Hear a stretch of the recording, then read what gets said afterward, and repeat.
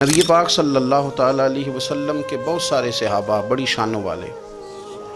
एक सहाबी का हम आज जिक्र करने जा रहे हैं जिनका नाम है हज़रत अबू ज़र ग़िफ़ारी रज़ी अल्लाह ताला। हमारे सूफिया तसव्वुफ़ में एक जुमला बोलते हैं कि तेरा तो फ़क्र फ़क्र बूज़र है, यानी जिनको सही दरवेश कहते हैं ना, सही दरवेश।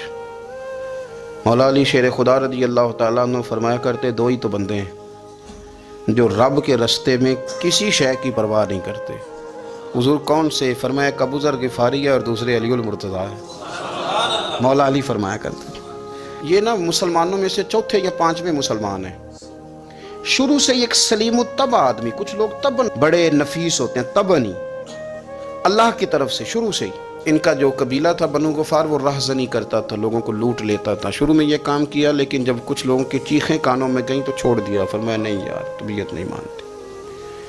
और नबी पाक का